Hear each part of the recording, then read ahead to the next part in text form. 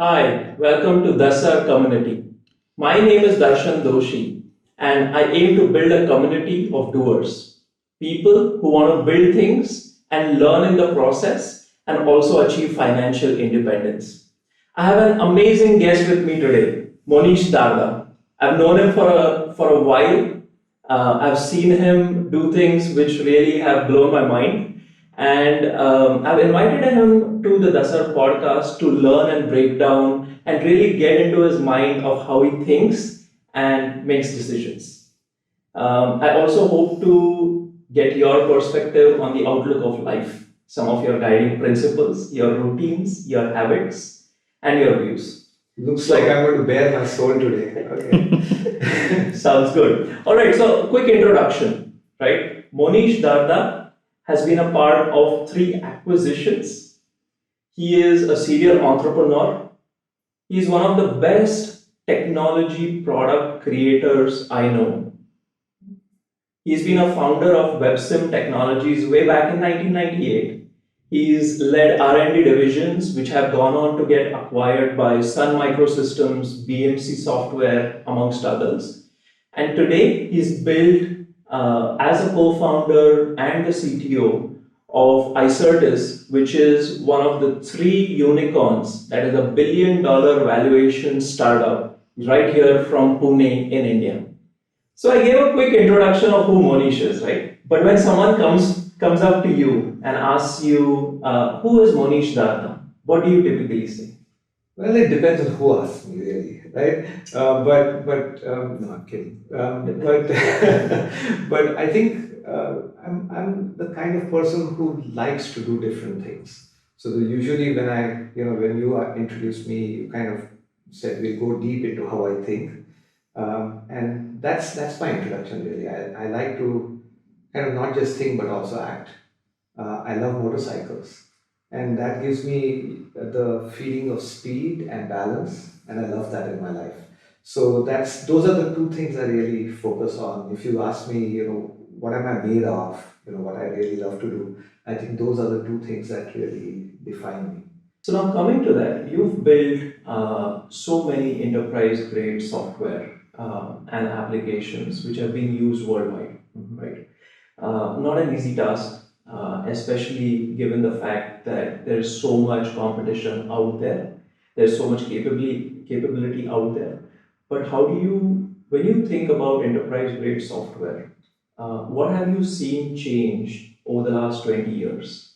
And with SaaS picking up so much in the last year or so, primarily due to COVID, maybe some views on building enterprise grade softwares and the evolution of SaaS. Would love to hear your thoughts. Yeah, absolutely. So it's very interesting. I think the underlying philosophy of software development has never changed.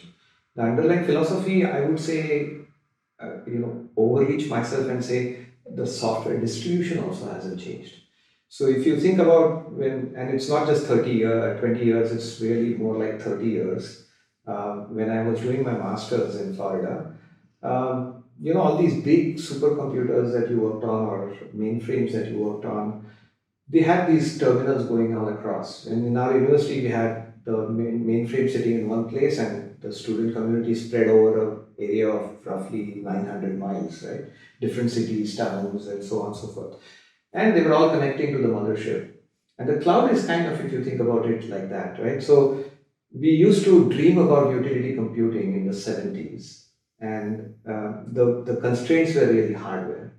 They were not really software constraints because they were really good software developers at that time as well. Think about building enterprise class applications in 64 megabytes of memory, right? Available memory.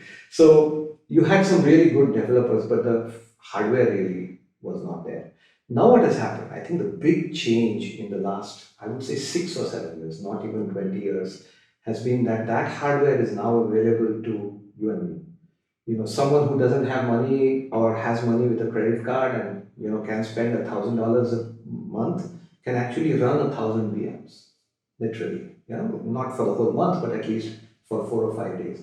Which means that the power of the cloud, the compute, has now moved much lower when you come to the startup development cycle, which means there's a lot of opportunity.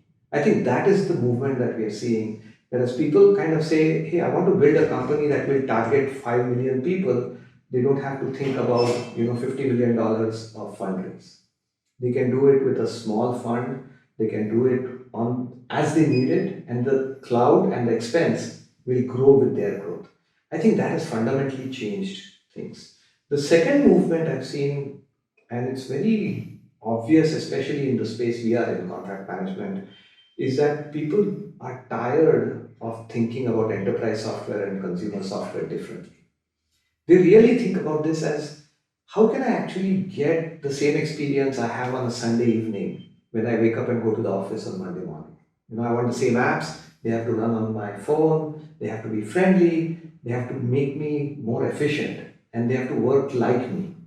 And I think that's the second part that's changed in enterprise SaaS. It's completely kind of figured out, people have figured out and companies have figured out that the best software that you can actually get is a software that will make you more productive and reduce this friction in the enterprise. So going forward, I believe that enterprise SaaS is the only way to go. Contracts today are the foundation of any business or even any relationship. Yeah.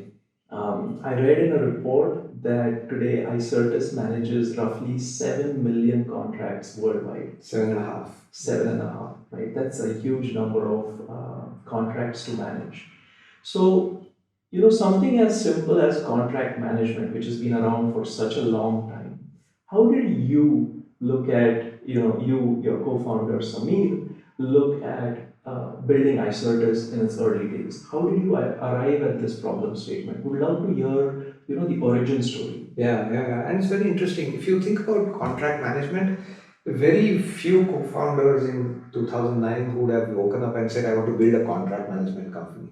It was not cool, it was not sexy. People didn't even know a category like that existed. But then there were more than 100 vendors doing contract management in some form or the other at that time. We actually did not start ICERTIS to build a contract management company. Mm-hmm.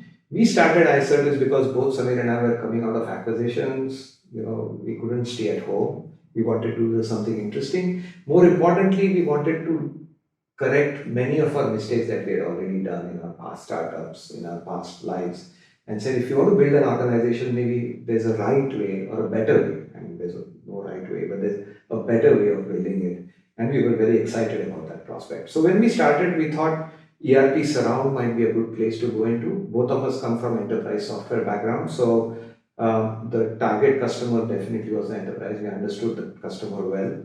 And the cloud was the wave that was coming in. Samir is an ex-Microsoft employee, and we were seeing, the billions of dollars Microsoft was pouring in Azure. At that time, Azure was not even a name; it was Red Dot. And then Amazon was becoming successful, kind of mainstream at least, if not successful. They were not making money at that time, obviously. And we thought this could be a good wave to ride. Mm-hmm. And that's how we started ICERTIS, with the view of building these ERP surround software that we could go to the CIO of an enterprise and say, hey, move this part of your business to the cloud, and here are some advantages of doing that. And as it happened, as we were doing that and we were building a couple of apps, Samir met an ex-colleague of his from Microsoft. He was an associate general counsel in Microsoft, and he said, what are you guys up to? And Samir said, hey, this is what we're doing, ERP surround. He said, I don't understand that, but we just jumped a project worth a few $1 million and I need help. And you're talking Microsoft, Stack, Cloud, all these are good things for us right now. Why don't you look at it and see if you're interested? And we looked at it, we said, hey, Microsoft is a customer, so it doesn't matter what they are asking us to build, let's go build it. And that's how we built our first contract management solution. When you're building or when you got this problem statement, did you get X amount of money to build the product, or did you just go out and build it and then go back because of your existing relationship with, say, the first customer? If you don't mind sharing a little bit. No, for us it was very simple. Our first customer, Microsoft, was the one who funded us. right? It was as simple as that. So they said, hey, this is what we want. We said we are going to build it. They said, okay, if you build it, we'll get so much money. And we said, great, let's build it. And so that was easy comparatively, right? But most journeys, you really have to struggle to get the right people, which means you have to, spend a lot of money, which means you have to raise money at the beginning. But we were lucky from that perspective that we found a customer who was willing to, trust us and partner with us and make sure that we actually build a platform that would not just help them, but also create this whole ecosystem of contract intelligence now, not just management. I want to get to that, but before we get to that, you mentioned earlier that there's been, you wanted to, when you looked at ICERTIS, you wanted to do things better, right? So maybe if you could give a couple of examples of what you did in your previous roles with previous products that you built versus building ICERTIS, what changed, what you consciously looked at and said, we did this or we used to do it this way before, but for this we are going to now think about doing it this way. Maybe some examples if you don't mind sharing. Absolutely, I'd love to. I think one of the things, BladeLogic was a very interesting journey for me. We went public on the NASDAQ in 2007 and we sold BladeLogic. Not quite to that 1 billion mark, maybe 100 million less, but we came pretty close to that $1 billion mark when we sold BladeLogic to BMC. But what was interesting there was, we built a team and, I kind of handpicked a lot of people at the beginning. And we built a culture in the company, right? And you've talked to founders, you've been an entrepreneur. Culture values are so important, right? That define you. They define the company, define the foundation on which you can grow.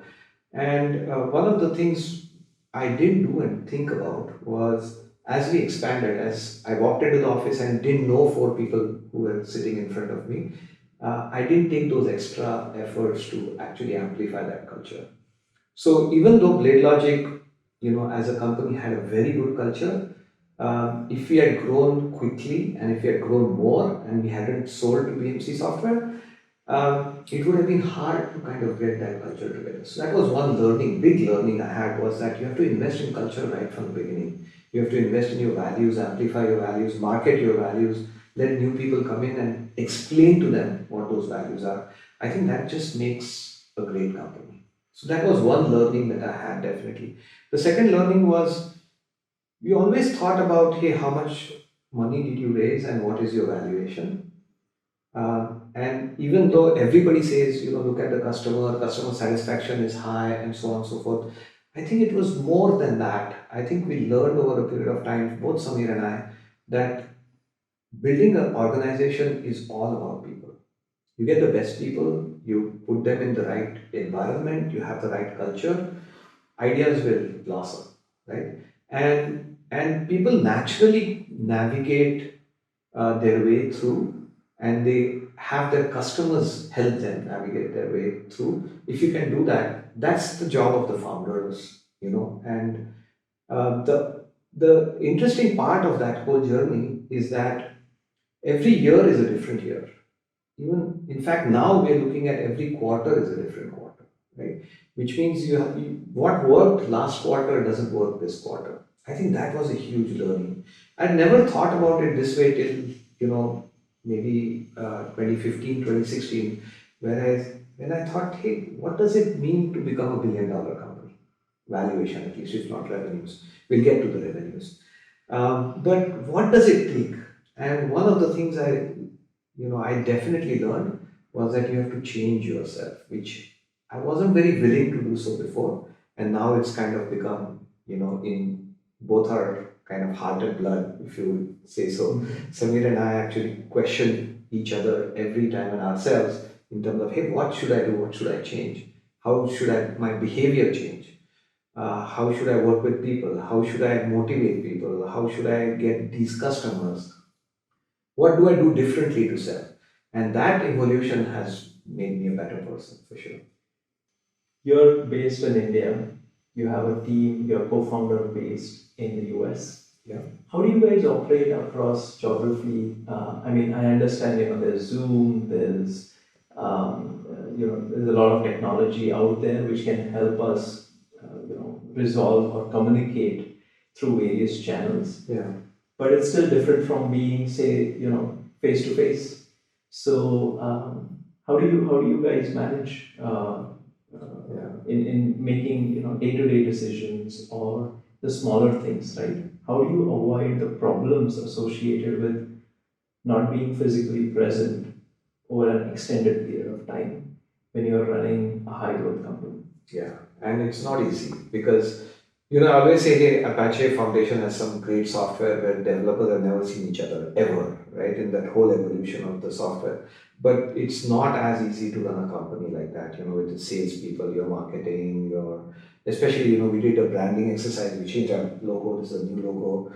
That whole creative process, doing it on Teams, Microsoft Teams and video was not easy at all. But we have done a couple of things. I think it all boils down to 4 things. You have to have that trust, you have to have that respect with people. What you lose, when you're not communicating in person is the body language, right? Everybody knows that, the small nuances, the feeds, kind of the corridor conversations, water cooler conversations, all that kind of goes a little bit missing.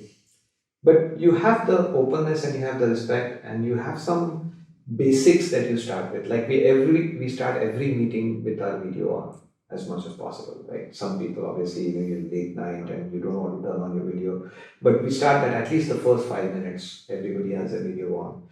The first 5 minutes we talk about not the agenda but something else, family, etc. So these are small cues that have kind of helped us do that.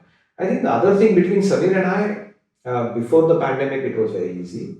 I used to travel at least 5 to 6 times a year to Seattle, to the US, and to Europe. So obviously, we met a lot of times in the year. I think we are probably, at least I know about, we are the only company that I know about where the entire board of directors comes to Goa every year for one of our board meetings, right? Nobody does that, at least that I know. And you can imagine, we have some really, really cool people on the board. Right. And they all make it a point. In fact, the first couple of board meetings, one of our board members, he flew into Mumbai at 2 in the morning, took a flight in the morning to Goa, finished the board meeting, left Goa at night, went back to Mumbai, and then took a flight the next day back to Seattle. So sometimes they adjust their schedules just to be there, right? So I think these things make a huge difference to not just the interactions, but even the people, right? The extended team feels that love, feels that presence. With the pandemic, we have now just changed that to virtual, right? We used to play a cricket match, now we will have a cricket match which is virtual. But these are the things, the small things that you do sometimes that make a big difference in terms of how you work. But at the end of the day, it all boils down to whether you trust the person on the other side, right? And whether you respect that person on the other side. I think it all boils down to that. And a lot of it then can be done offline. And then you reserve your video calls to really getting to know each other better, right? As opposed to getting work done. And I think that has made a fundamental change. In fact, Samir used to say, Monish, you talk about working from home and having people to work remotely. We've been talking about this for the last decade. And now he says, this works. And it wouldn't have worked if the whole world hadn't moved with us. That's right. So we are signing $1 million deals, multi-million-dollar deals, without having actually met a customer. Right? Forget about software development, that's the easy part. Right? So these things have really, really taught us a lot, taught everyone a lot about how you actually work remotely. And nowadays, geographic barriers, time zone barriers, they're slowly disappearing. So, one last question on the product development side. In the role of developing a product which is used by millions of people worldwide, Lots of businesses use it in different contexts. What is the number one challenge that you face today, and how are you viewing that challenge? Number one challenge as a company? As a company, on the product development side, so when you're thinking about developing ICERTIS as a product, what is the number one challenge that you think you face? Yeah, I think the number one challenge by far is to make people realize we're not building a product but a platform. I think it's just fundamentally different way of thinking about requirements, about backlogs, about how you run your sprints, about how you do your pre-sales, about how you sell. It's just a mindset, how you support. So let me just quickly ask, difference between platform and product. Yeah, absolutely. So, at first principles, right? A product is meant to solve a particular problem that has been defined already. A platform is supposed to help solve problems that have not even been defined. That's from first principles, right? So, what does that mean for us? With the branding and the logo, we also changed the name of our platform. We said, hey, ICERTIS Contract Management 2019, or actually 2020 January, was the first year ever that Gartner released their first contract lifecycle management magic quadrant. They've never done that before. They had refused to even think about this a few years ago and said, hey, this is not a category we think will grow ever, right? But now they have a magic quadrant. We said now we're going beyond contract lifecycle management in a sense that we are not just managing the contract, but we are helping people make decisions based on the intent of the contract. And that is contract intelligence for us. So when you make that jump, you have not seen 90% of the cost problems that the customer can solve when such a platform actually exists. So Monish, I want to talk a little bit about you. What motivates you, your beliefs, your routines, your habits, and your perspectives. You achieved so much in your life.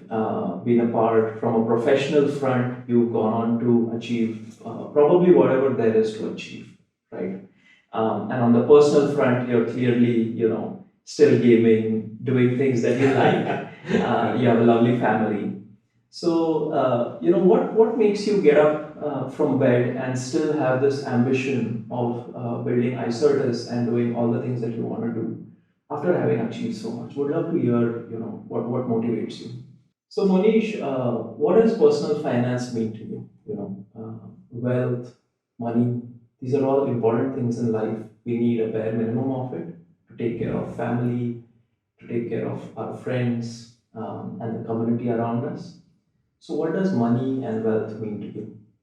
Yeah, um, it's a difficult question, right? First of all, because I think there is there are some fundamental definitions of wealth. There's also lots of other definitions of wealth. But it's a means to an end in my mind at the end of the day. What you want to do with yourself, with your family, with your community, with your business. All these four rings of responsibility finally tie back to what wealth you have to actually make your thoughts come true. And obviously, the intentions and the people behind it, which is also part of your wealth, right? It's not just in monetary terms. But if you think about a contract, that's what it is, right? It's an entitlement and an obligation. What I promise someone and what I get back, right? And wealth is like that. What can you promise someone else? Whether it is love, kindness, TLC, for people, whether it is money, rupees, dollars to buy things. I think one of the things that you get back with your wealth is probably a little bit more important because it's your definition of how much wealth will give you all these things. One thing that has definitely given me by having that financial freedom, as you said, when you know that most things you can afford to spend if you want them, really, really want them. That has given me confidence. I think that one thing is very important. But I think about this and I think about when I came back from the US after my master's, I still had the same confidence. I don't think that changed because the amount of money that I had in my bank actually grew. It definitely gives you flexibility. Now, you've talked earlier in this podcast a little bit about your routines and habits. Any particular set routines that you follow time and time again? I'm not a very follow the rules person, right? I like to do something different every day, but almost. But I think one thing is, I've been a big fan of Seven Habits. Just that philosophy of thinking in the morning, thinking in the evening. What are prioritizing. So these are the things I've been doing for many years. So that's a routine for me. I think other than that, I really don't follow a routine. I think one thing I do though is almost everything is on my calendar. Lunch, breakfast, sleep time, gaming time, all obviously my, meetings especially, everything is on my calendar. And it's rare that I'm late for a meeting like this, like I was today. Though I always overshoot meetings, so if I start my day and I get delayed, then all of my meetings have to kind of push out, which I'm trying to improve.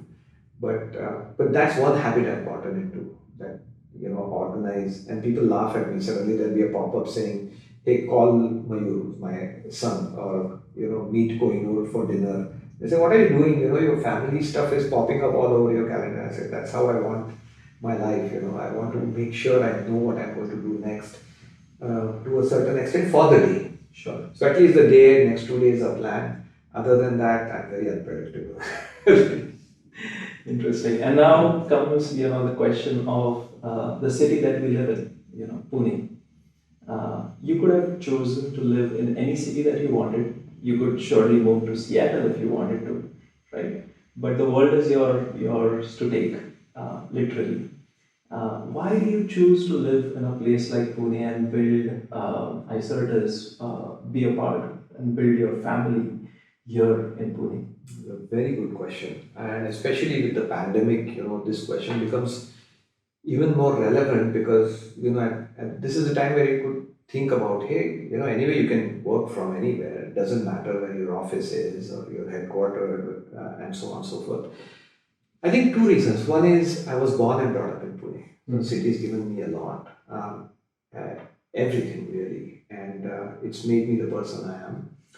I think the second thing is, and I've lived for many months in many places, right? As you can imagine, in the Bay Area, in Toronto, in Boston, in Sydney for some time, in and one of the things, Singapore, I've spent some time, and I think there are two things which kind of make, for me personally, are interesting.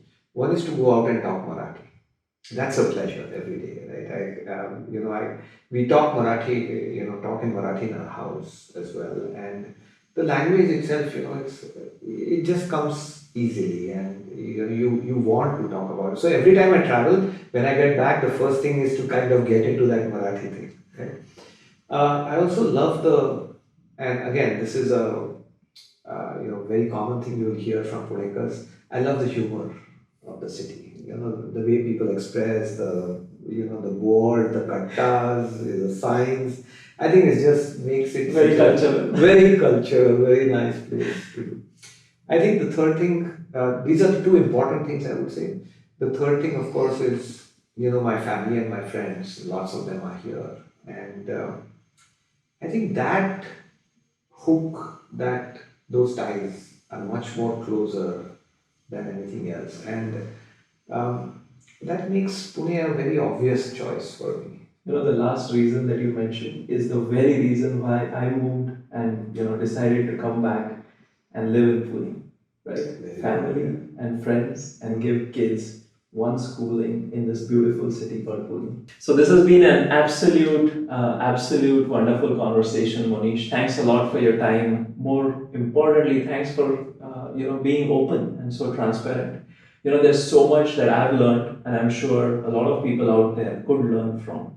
And what we really need is more people to build things, to have a viewpoint like you did, right? Which is get up, think about speed and balance, right? Think about creating things. Think about you, your family, your community, but it starts from you. And also behavior change. Knowing that you're always in work in progress, you need to work on yourself, develop yourself, and then the people around you. So this has been an absolutely amazing conversation. Thanks a lot. I hope you found this useful as well and insightful. If you liked it, please share it. Go to www.dasar.in. You'll find a bunch of things there. You'll find level up videos, newsletters, features, reports, and a community space where if you are building something, then you'll probably find another person who's building something as well, and you can have some sort of peer learning going on with them. So thanks again for joining us, and looking forward to the next time.